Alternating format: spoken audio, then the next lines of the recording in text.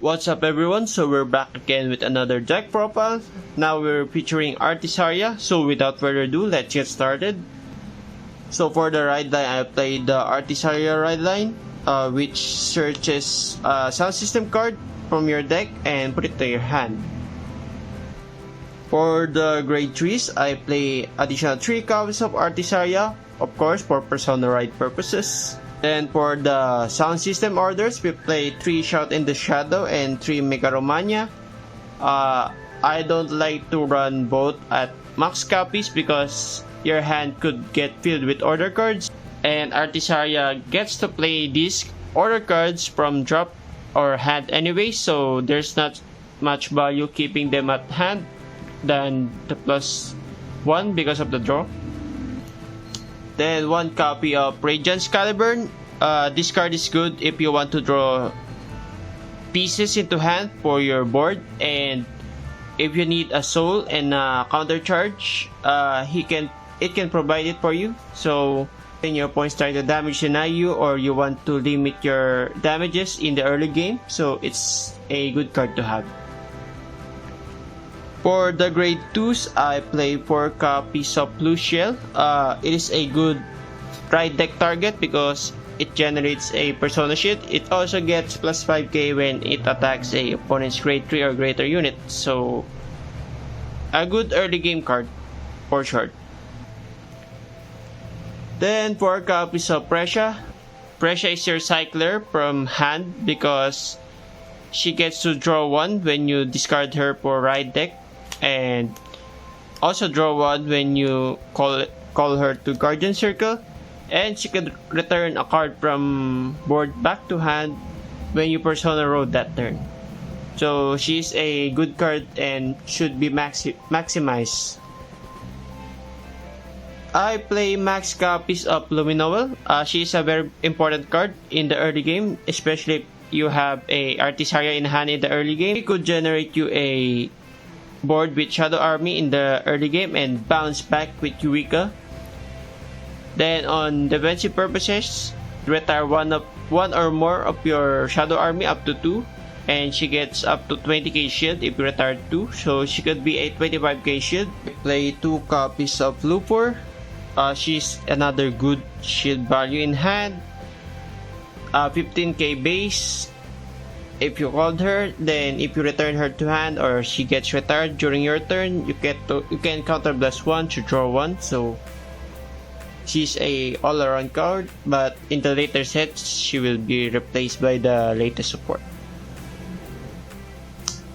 Then I play 1 copy of Vibrant Symphony. This card over the other defensive card because it is a 30k shield when you are going second. Going second or anytime as long as you're grade 2 and up, it provides 30k shield. I use this over the other one because of the shield value, and remember you should use this card when your Vanguard is already got hit during that turn to be able to use the 30k shield. Then I play 3 copies of Eureka. A good returner to hand during the early game. 13k booster if your opponent is greater or greater. I personally considered running her at 4, but she gets called over by Shadow Army token, and uses up soul every turn, so I bump her down to 3 and run Reverbera instead to be able to put something to soul and at the same time bounce something back to hand. I run 2 copies of Reverbera.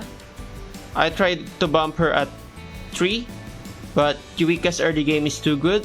She basically does what Eureka does, but at the cost of putting herself into soul and returning something back to hand. She is a good board cleaner when you are calling your board with Shadow Army tokens. For Sentinels, I play 1 copy of Sanctitude for triple drive Vanguards and Tri decks, and 3 copies of PGs.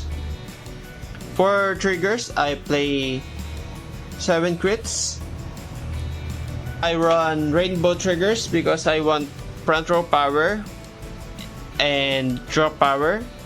I play the effect crit because it is a good +1 into soul. Then I run 2 copies of Beretol for draw power, for building up your board and for defensive purposes, and 2 copies of Heat for soul, for Eureka and Persona Shield generator. I play Edo Sparrow for the overtrigger because it returns a card from your drop back to your hand. Additional crit pressure, aside from Artisaria having additional crit, and you swing 5 times with your tokens. So basically, you run 8 crits in the deck, 2 fronts, and 2 draws. Lastly, 4 copies of regular heals because I don't want to take chances with heals on certain matchups. Or a general tip when playing this deck, I play Shout in Shadow if I know I don't have something to fill my board. But I'll focus on playing Megaromania if I have pieces to fill my board and my opponent is a multi-attacker deck. So it reduces my opponent's attacks to 3 or 4. It will greatly help me on my defensive turns. But prioritizing your board with Shadow Army is a big need because you can't close out games by just locking their board, as only play up to 3 times of Megaromania. So focusing on your Shadow Army, then play Megaromania on certain matchups will help you close out the games more easier. Can give you the chance, especially if you are going second. A good early game play that you can do is you can play Eureka, then call a Luciel to Soul Blast 1 and get a Persona Shield to hand. Then at the end of that battle, you can Soul Blast 1 with Eureka and return Luciel back to hand. Generates you another turn for discarding Luciel again and generate another Persona Shield. Another play you can do is with Luminovel. You can Energy Blast and reveal an Artisaria to be able to call a Shadow Army in the early game. Then you can return it to hand with Eureka at the end of the battle. So you can build up your Shadow Army, like I said earlier in my tip, and focus on Megaromania to be able to control your opponent's board. An example board is this. If you have a order already set in the order zone, you can do 4 attacks as early as turn 3. You can swing with this attack, counter blast 1, then call another Shadow Army, so you can do 4 attacks.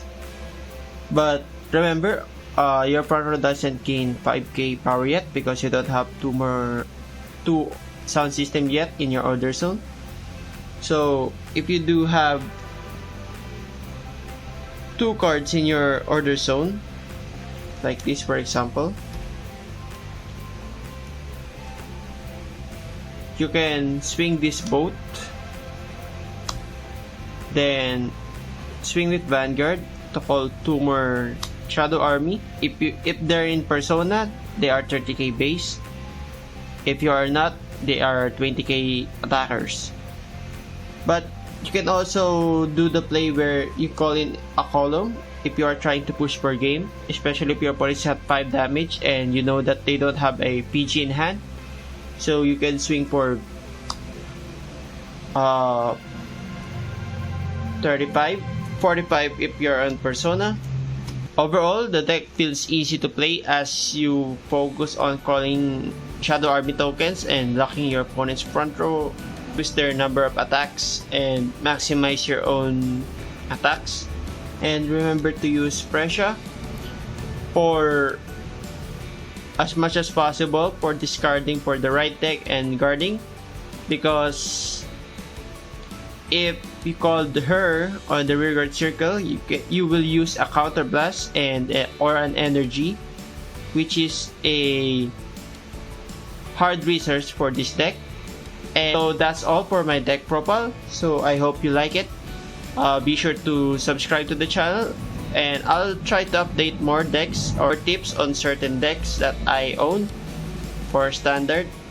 That's all. Thank you. See you guys again in the next video.